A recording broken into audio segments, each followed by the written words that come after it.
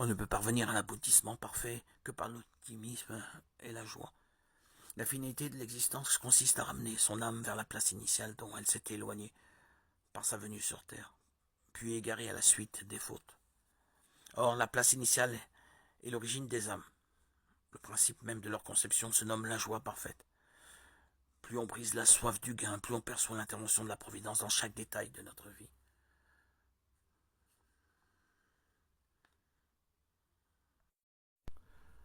L'homme peut et doit surpasser l'ange. C'est pourquoi sa tâche est plus difficile, c'est pour cela que Dieu lui cache la réponse. Dieu nous indique la voie en nous répétant à chaque génération, sache que dans ton épreuve séjourne ton Père, et si tu tiens bon, tu le découvriras.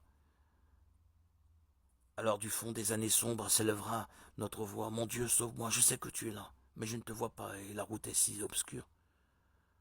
Rien n'est plus beau à ses yeux, rien n'est plus grandiose que cette humble voix qui s'élève des ténèbres et fend tous les cieux pour s'élever jusqu'au trône de gloire. Elle dépasse de loin la symphonie des anges. Dès qu'un homme élève sa prière, l'Éternel abandonne tous ses univers, ses serviteurs et ses affaires, et il se penche vers cet homme pour l'écouter. Nul doute qu'il lui répondra. Le mal est la force obscure que Dieu a ménagée pour cacher son bien.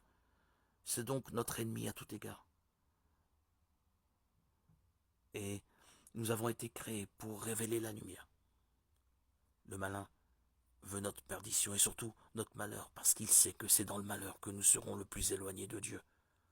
Le malheur, la souffrance, ne proviennent que d'une incompréhension des événements. Si l'on a foi en Dieu, on comprend que tout ce qui nous arrive est pour notre bien. On souffre beaucoup moins.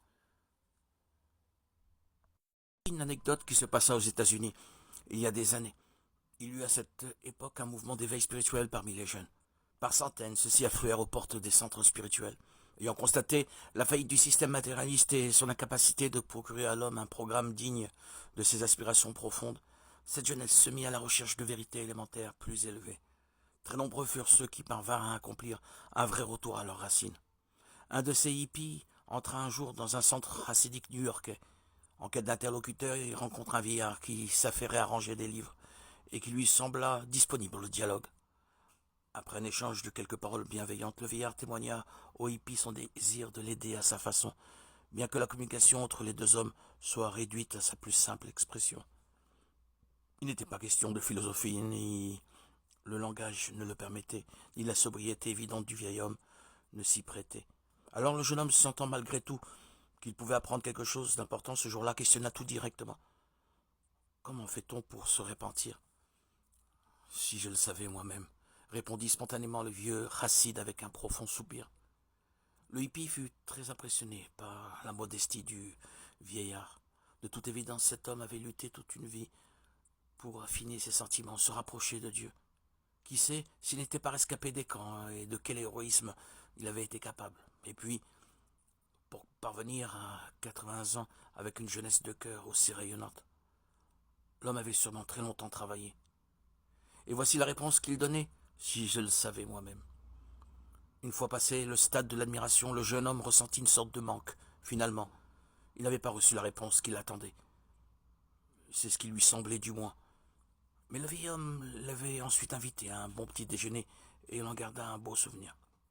Ce n'est que plusieurs années plus tard que lentement la phrase se décanta, se clarifia, puis s'imposa dans toute sa grandeur. Oui, c'est bien la réponse. Si je le savais moi-même. Un homme capable d'avouer qu'il ne sait pas est un homme qui a fait une vraie réparation. C'est cela la réponse. Se remettre constamment en question, avouer ses limites, reconnaître sincèrement que l'on ne sait pas. À quelle connaissance peut-on prétendre dans une vie qui évolue, change si vite et de façon parfois si surprenante? S'en remettre complètement à Dieu, avouer son ignorance et chercher, telles sont les clés, telle est la leçon que nous pouvons tirer de cette histoire.